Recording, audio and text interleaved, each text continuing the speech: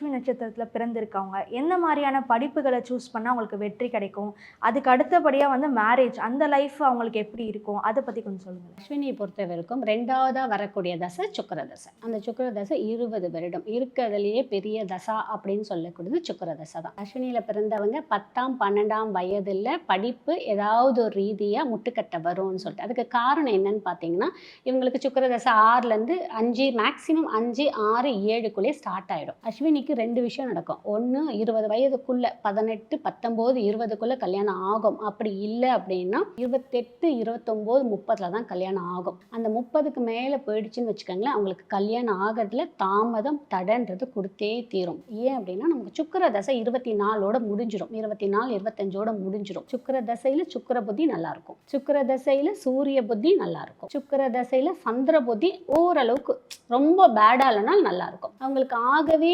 ஆகாத புத்தி அப்படின்னு பார்த்தீங்கன்னா சுக்கிர தசையில் கேது புத்தி, புதன் புத்தி அவங்களுக்கு ஆகாது. ஏன் அப்படின்னா சுக்கிரனும் புதனும் அங்கே சேரும் போது காதலை தான் தூண்டுவார், காமத்தை தான் தூண்டுவார். இப்போ அங்கே தூண்டும் போது என்ன ஆகும்னா அந்த குழந்தைங்களுக்கு படிப்புன்ற ஒரு நாட்டமே வராது. ஸோ இந்த இடத்துல தான் ரொம்ப நம்ம கவனமாக இருந்து பசங்களை வழி நடத்திட்டு